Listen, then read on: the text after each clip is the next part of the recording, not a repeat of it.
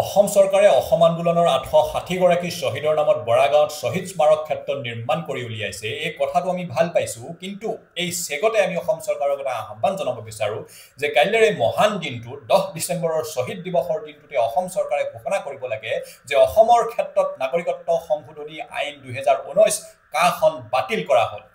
কাৰণ যি উদ্দেশ্য লৈ যিটো কাৰণত এইসকল মহান জাতীয় বীৰে মহান জাতীয় শ্বহীদে নিজৰ নিজৰ প্ৰাণ ত্যাগ দিছিলে, আত্মবলিদান দিছিলে, কেৱল মাত্ৰ অসমীয়া জাতিটোৰ অস্তিত্ব ৰক্ষাৰ কাৰণে,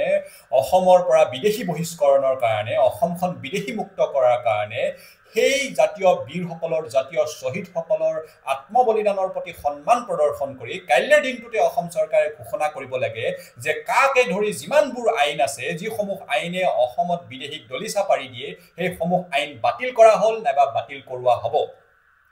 নহ'লে যিমানবাৰ বিদেশীৰ ভৰি অসমৰ মাটিত পৰিব, যিমানবাৰে বিদেশীৰ পদাৰ্পণ অসমত হ'ব,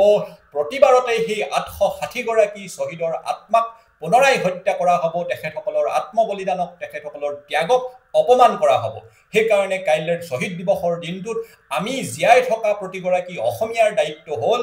যে যিসকল জাতীয় বীৰে, যিসকল অসম আন্দোলনৰ শ্বহীদ তথা কা আন্দোলনৰ শ্বহীদে নিজৰ নিজৰ প্ৰাণ ত্যাগ দিছিলে জাতিটোৰ অস্তিত্ব ৰক্ষাৰ কাৰণে, বিদেশী বহিষ্কৰণৰ কাৰণে, সেই উদ্দেশ্য যাতে আমি জীয়াই থকা অসমীয়াসকলে সফল কৰি তুলিব পাৰোঁ, সেই কাৰণটো, সেই উদ্দেশ্য আগত ৰাখি কাইলৈৰ দিনটোত প্ৰতিগৰাকী অসমীয়াই পণ ল'ব লাগে, সংকল্পবদ্ধ হ'ব লাগে যে অসমৰ মাটিৰ পৰা প্ৰতিগৰাকী বিদেশীয়ে আমি এদিন নহয় এদিন বিতৰণ কৰি এৰিম। আৰু সেইকাৰণে আমি অসম চৰকাৰক আহ্বান জনাইছোঁ যে শ্বহীদ স্মাৰক ক্ষেত্ৰৰ সেই মুকলি মঞ্চৰ পৰাই কাইলৈ ঘোষণা কৰিব লাগে যে যি কাৰণত, যি উদ্দেশ্যত আমাৰ সেইসকল মহান জাতীয় বীৰে নিজৰ নিজৰ প্ৰাণ ত্যাগ দিছিলে, সেই উদ্দেশ্য সফল কৰাৰ কাৰণে আমি কা বাতিল কৰিম। আৰু ১৯৭১ চনৰ পাছত, ২৪ মাৰ্চৰ পাছত